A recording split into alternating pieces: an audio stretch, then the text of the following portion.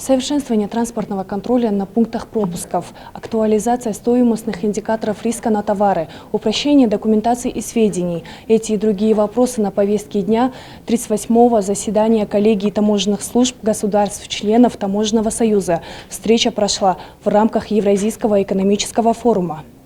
На заседании подняли 11 вопросов, направленных на повышение эффективности сотрудничества и практического взаимодействия таможенных служб государств-участниц ЕАЭС. Затронули и вопрос развития транзитного потенциала. В свою очередь, успешное развитие транзитного потенциала во многом зависит от сокращения времени прохождения таможенных формальностей в пунктах пропуска, а это достигается за счет перехода на полностью безбумажные технологии и автоматизацию деятельности таможенных органов. Электронные документы при транзите товаров. С января текущего года Российская Федерация и Республика Беларусь запустили пилотный проект «Электронное взаимодействие таможенных органов при перемещении товаров по определенным маршрутам». Российские и белорусские участники коллегии рассказали о плюсах схемы и призвали других стран-участниц присоединиться.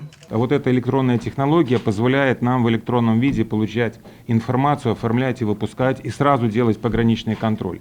То есть серьезная экономия. Ну, например, по одному железнодорожному пункту пропуска наша работа по паспортному контролю освобождает 60 военнослужащих пограничных войск. Ну и надеюсь, коллеги, тоже, что вы к нам будете присоединяться. Это в самом деле и через Казахстан идут, с Китая составы, через нас тоже могли бы такой опыт и через Российскую Федерацию использовать. Я думаю, выигрыш был бы у всех. Считаем необходимым наращивать переход всех наших технологий на цифру. Надеемся, что наш опыт заинтересует и других наших коллег. Не осталось без внимания и тема классификации товаров. В целях обеспечения единообразной классификации товаров таможенными службами Евразийского экономического союза в таможенные органы Армении, Беларуси, Казахстана, Киргизии и России направлены разъяснения о классификации таких товаров, как сборник стальной с внутренним стеклоэмалевым покрытием, эндопротез и сетка хирургическая для операционного лечения грыжи, оборудование для обрушения семян. Таможенными службами государств-членов Евразийского экономического союза продолжается работа по введению в действие технических условий информационного взаимодействия между таможенными службами в рамках контроля общих таможенных процессов. В ходе заседания были приняты ряд важных решений. К примеру, уполномоченным экономическим операторам предоставили дополнительные преференции при перемещении грузов. Принято решение относительно физлиц, которые возят товары в расукомплектованном виде, при этом избегая таможенных платежей.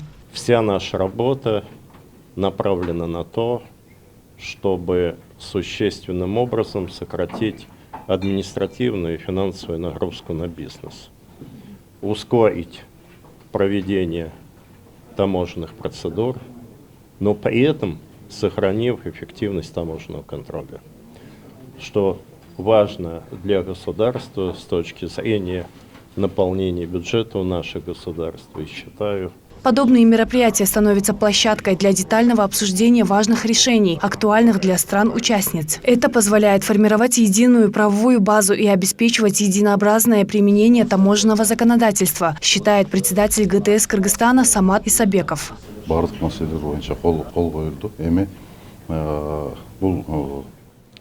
Уточнили все детали, подписали соответствующие документы. Надеемся, что по результатам этого заседания мы сможем повысить уровень таможенных показателей, увеличить доходы платежей, упростить таможенные процедуры. Рассмотрели все механизмы в этом направлении.